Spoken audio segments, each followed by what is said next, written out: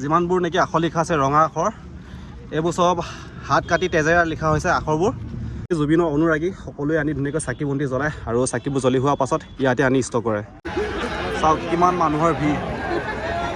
এয়া হৈছে জুবিন দাৰ প্ৰতি থকা আমাৰ সকলোৰে মৰম আৰু ভালপোৱা।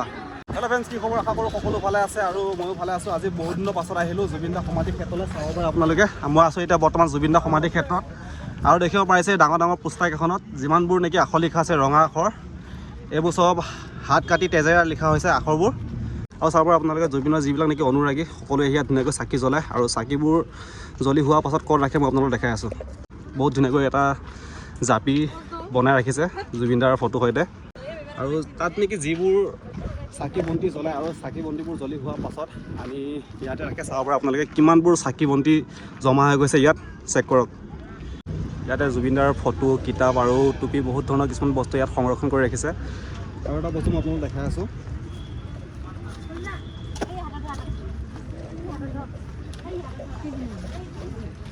যিটো ঠাইত নেকি জুবিন দাক অগ্নি সমৰ্পণ কৰিছিলে সেই ঠাইটো মই আপোনালোকক দেখাবলৈ চেষ্টা কৰিম। তো চাব পাৰে আগৰ যিটো নেকি ঘৰ দেখিছে আপোনালোকে, সেই ঠাইটোতে জুবিন দাক শেষবাৰ কাৰণে দেখা গৈছিল আৰু ইয়াতে ধুনীয়াকৈ অগ্নি সমৰ্পণ কৰিছিলে। চেক কৰিব পাৰে আপোনালোকে।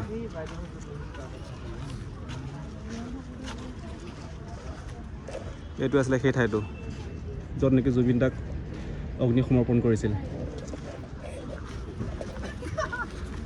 A few moments later. আমাৰ সকলোৰে মৰমৰ জুবিন দা স্বৰ্গীয় হোৱা 5 মাহ হৈ গ'ল আৰু এতিয়াও জুবিন দা সমাধি ক্ষেত্ৰলৈ মানুহৰ ভিৰ কমা আপোনালোকে চেক কৰিব পাৰে। চাওক কিমান মানুহৰ ভিৰ।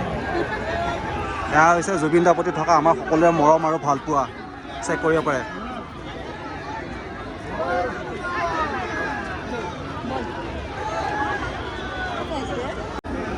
আৰু জুবিন দাৰ ন্যায়ৰ কাৰণে ইয়াত ৰেলী হৈ আছে, চেক কৰিব পাৰে।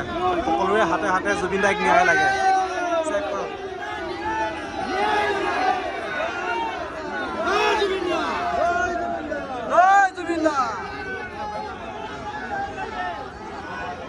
চেক কৰিব পাৰে কি লিখা আছে, জুবিন দাৰ ন্যায়ৰ কাৰণে। অসমৰ হিয়াৰ আমঠু জুবিন গাৰ্গক ন্যায় লাগে। 1 hour later. ফাইনেলি আহি পালোঁ মৰিগাঁও আৰু ভাত খাবলৈ সোমালোঁ হোটেলত। দিনটো আজি জুবিন দাৰ সমাধি ক্ষেত্ৰতে থাকিলোঁ আৰু মানে দুপৰীয়া ভাত খোৱা নহ'ল, সেইটো কাৰণে এতিয়া ইয়াতে খাই যাওঁ বুলি ভাবিলোঁ। আৰু চাব পাৰে আপোনালোকে, এয়া হৈছে গাহৰি মাংস আৰু এয়া হৈছে আলু আৰু কিবা তিতা কেৰেলা, আলু পিটিকা, চাটনি, বেঙেনা, দালি আৰু এতিয়া ধুনীয়াকৈ খাই কৰি লওঁ। আৰু ভিডিঅ'টো ইমানতে সমাপ্ত কৰিছোঁ। কেনেকুৱা লাগিল আপোনালোকে কমেণ্ট কৰি জনাব। আজিলৈ বাই বাই, লগ পাইছোঁ নেক্সট ভিডিঅ'ত।